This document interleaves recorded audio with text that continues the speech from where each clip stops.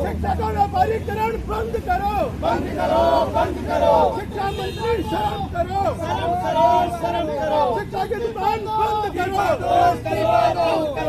प्रधान इस्तीफा दो, इस्तीफा दो, इस्तीफा दो। धर्मेंद्र प्रधान इस्तीफा दो, इस्तीफा दो, इस्तीफा दो। धर्मेंद्र प्रधान इस्तीफा दो, इस्तीफा दो, इस्तीफा दो। शिक्षा मंत्री इस्तीफा दो, इस्तीफा दो, इस्तीफा दो। रद्द करो, रद्द करो, रद्द करो। रद्द करो। शिक्षा की दुकान बंद करो, बंद करो। एग्जाम रद्द करो, रद्द करो, रद्द करो। नेट एग्जाम रद्द करो, रद्द करो, रद्द करो। नेट एग्जाम रद्द करो। रद्द करो, रद्द करो। देखिए, मैं ये मानता हूँ कि लगातार सड़कों पर ना केवल पेरेंट्स, ना केवल वो बच्चे, बल्कि हम सभी लगातार आम आदमी पार्टी के नेता इस बात को उठाते रहे हैं। प्रेस कॉन्फ्रेंस के जरिए, प्रोटेस्ट के जरिए, कल भी प्रोटेस्ट किया, आज प्रदेश प्रोटेस्ट हो रहा है। आज हम शिक्षा मंत्री से मिलने जाना चाह रहे थे, उनसे बताना चाह रहे थे कि अगर ये एग्जाम में धांधली हुई है, पेपर लीक हुए हैं, सबूत है, तो आखिर उस सबूत की जांच करके एग्जाम कैंसिल क्यों नहीं किया जा रहा? एक बात। दूसरी बात कि उन सभी बच्चे जिनके ये लास्ट अटेम्प्ट थे, आखिर उनकी क्या गलती थी कि वो इस पेपर लीक के शिकार हो गए? तीसरी बात कि हम ये चाह रहे हैं कि सुप्रीम कोर्ट के रिटायर्ड जस्टिस की अध्यक्षता में ये एक जांच कमेटी बने और वो टाइम बाउंड मैनर में उसकी जांच हो, ताकि ये जो बच्चे जो एस्पिरेंट हैं वो आगे उनके मन में कॉन्फिडेंस हो कि अगर हम मेरिट पे तैयारी करेंगे सिलेक्शन होगा। आज उसके मन में डर का भाव है। यही बात हम मिल करके आज धर्मेंद्र प्रधान जी को बताना चाहते थे, लेकिन पता नहीं पुलिसों की ये फौज लगा करके रोकने की साजिश क्यों की जा रही है, किस बात से घबरा रहे हैं, आखिर वो क्यों डर रहे हैं, किस बात का डर है, या क्या लिपापोती कर रहा है, वो देश की वो सभी बच्चे भी, पेरेंट्स भी और देश की जनता भी जानना चाहती है। अंधे एक वो कहावत सुनिए ना कि भैया गुंडागर्दी चल रही है, टोटल बेईमानी चल रही है। पहले घोटाले होते थे, अब स्टूडेंटों के पेपर लीक हो जाते हैं। पेपर ऐसे लीक हो जाते हैं, जो इनके अपने लोग हैं, पैसे के दम पे उनको पेपर मिल जाता है, वो पास हो जाते हैं। जो बच्चे मेहनत कर रहे हैं, स्टूडेंट है, गरीब घर का बच्चा है, वो बेचारा पास नहीं कर पाएगा।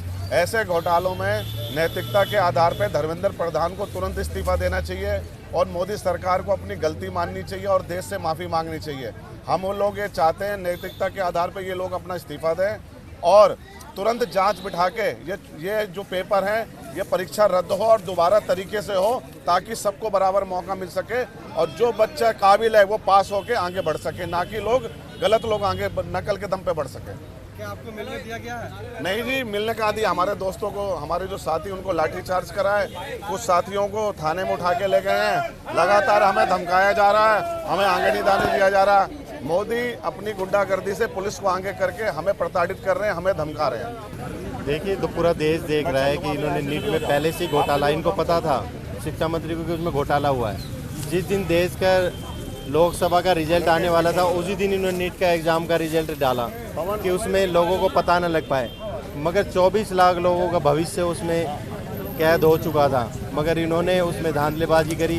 पहले ये बोलते रहे कि पेपर लीक नहीं हुआ, कुछ नहीं हुआ, धांधलीबाजी, मगर बाद में उसके सबूत आए जा रहे हैं कि लोगों ने बताया कि हमें पहले ही पेपर दे दिया था, हमें एक क्लासरूम दे दिया था जिसमें सारे क्वेश्चन रटाए गए थे। तो सारी चीज़ें क्लियर हो गई हैं कि इसमें बहुत बड़ा घोटाला हुआ है। इसकी जांच करके, न्यायिक जांच करके इस पर कड़े से कड़ा कानून लाया जाए और जो दोषी हैं उनको सख्त से सख्त सजा दी जाए और पेपर रद्द करके दोबारा। हाँ जी, मिलने दिया गया धर्मेंद्र प्रधान? नहीं, हमें मिलने नहीं दिया गया। पुलिस फोर्स इतनी लगाई हुई है कि धर्मेंद्र प्रधान जी के घर तक भी हमें जाने नहीं दिया। हमारे साथियों को बैठा के इंटरटेन करके थाने में बैठाया हुआ है। हम कुछ लोग यहाँ पे हैं और हमें भी अभी पुलिस बोल रही है कि आप यहाँ से हटाया जाए। ठीक। मैम, आप तो डॉक्टर हो, आप इस मामले को कैसे देखती हो?